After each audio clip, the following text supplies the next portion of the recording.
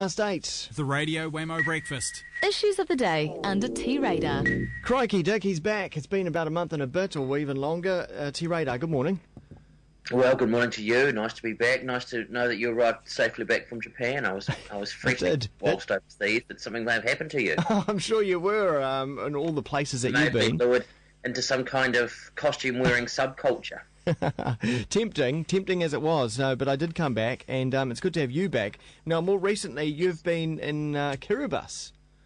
Yes, just got back from sort of Fiji and Kiribati last week, and it's always interesting to go somewhere where, you know, you've heard so much about it and to sort of actually see what it's like. You know, Kiribati, most people sort of, if they think of it at all, think of it because of the whole sort of global climate change situation with the sea level rising. The place is only 3 metres above sea level, so there's obviously a lot of sort of angst about that. But no, there's a country with some issues. I think, you know, tens of thousands of people stuck on a tiny little island with no sanitation and very little drinking water, and just a kind of a very sad sort of place. Yet at the same time, people, the friendliest, happiest people you'll have ever met, even though they're living in what I would describe as abject squalor. Really? Is it, because we hear a lot about their rubbish problems and the rubbish all over the island. Oh, there's rubbish everywhere. You know, there's just nowhere to get rid of it, really. And I guess, you know, it's that kind of, a lot of people say it's that culture where, you know, if you used to have coconuts and all that, you just throw them on the ground and they would disappear. So, no, there's rubbish everywhere, and they even sort of use a lot of the rubbish as landfill, just to create sort of a legal infill around the harbour to create a little bit more room to build their shanties on.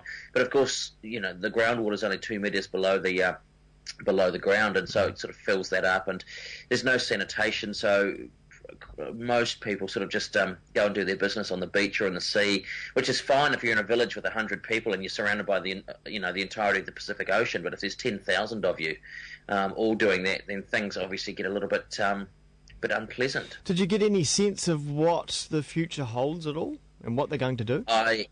No, I didn't. You've got 80% unemployment.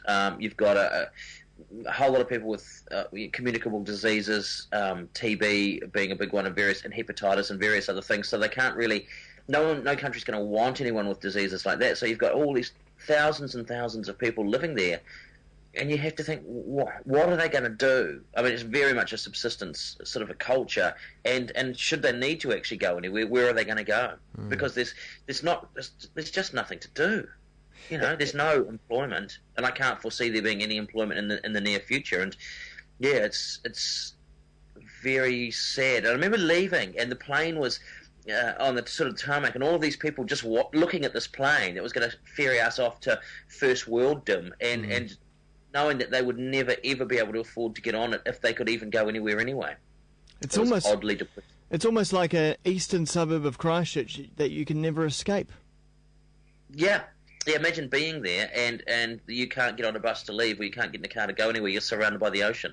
And but as I say, having said that, the loveliest people, you know, not shy, with a smile, really, really friendly, really interested in where you're from and what you're doing there, and just going about their business. So, you know, and while you're there, amongst all of this, I remember the day the New Zealand consulate chap, a guy called Rob Kawai, who's fantastic, took us into, like, we'd seen a lot of places that we thought, yes, this is pretty squalid, but he took us into the kind of the centre, down this little side street that we'd passed, I don't know, a dozen times or more, and into kind of the heart of the shanty towns. And you thought, oh my God, and you come back and you look on the internet, see what's happening in New Zealand, and it appeared that the entire country had shut down because a penguin was found who'd eaten some sand. Puts things in perspective somewhat, eh? Priorities. Yeah. Good to see the penguins doing well, though. You know, that's a relief. Yeah. I mean, we do have our big issues, you know, the Christchurch earthquake obviously being the biggest one at the moment, but of course we just get this boredom, I suppose, a media boredom, and they want to move on to something like a penguin stranded on a beach.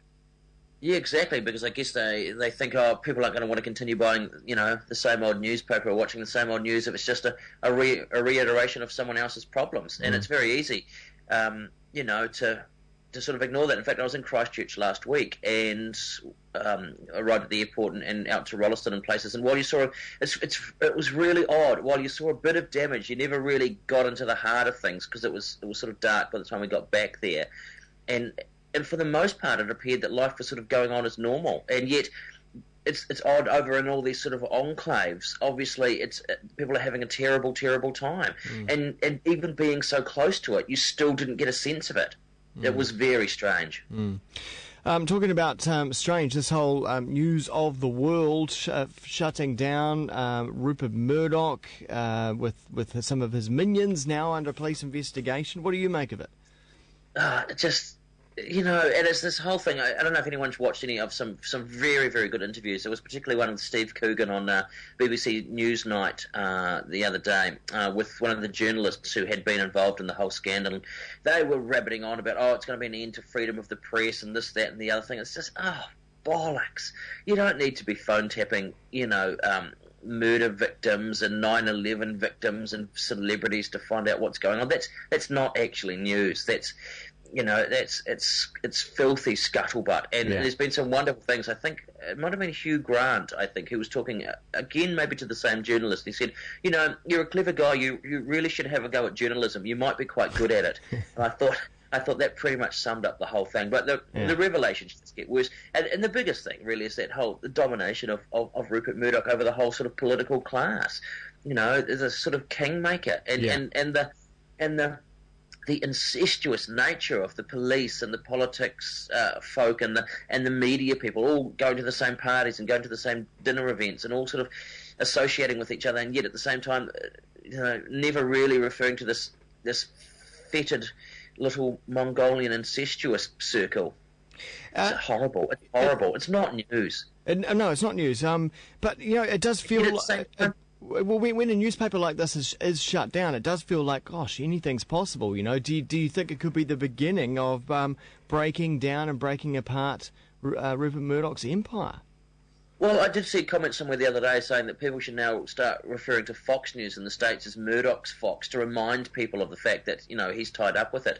But I suspect that in many ways, there's more to it than meets the eye. They've just axed it, and they're saying he'll come back with another Sunday paper, and he can hire people on lower rates with worse contracts and all that kind of thing. But I don't know. At the end of the day, it was the biggest selling English language newspaper in the world, so clearly what he was printing had a demand from people. So it's like the sort of the women's magazines and things like that. Even though you might look at them and think, why on earth would anyone want to read that? Clearly people do. Yeah. There's naught so queer as folk. In your view, are there any comparisons between, say, some of the stuff that News of the World got into and anything that's been happening in New Zealand press and media? Oh, I think, if you have a look at, maybe the Herald on Sunday got sort of fairly tabloidy there for a while, and the Sunday News, but I don't know if they were really bugging. What about Jonathan Marshall? He likes to get involved in people's affairs, doesn't he? Yeah, they certainly sort of get in there, but I think so.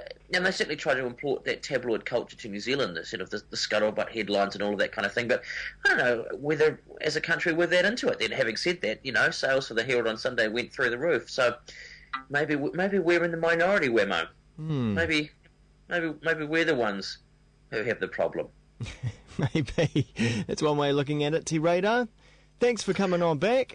You'll be back next week. Next week, and hopefully there'll be something a little lighter. But in the meantime, as you go about your business today in freezing cold New Zealand, think about those poor people in places like Kiribati. Just God, what are they doing today? I know, nothing. Same as they did yesterday. Terrible. T-Radar, thanks. See ya.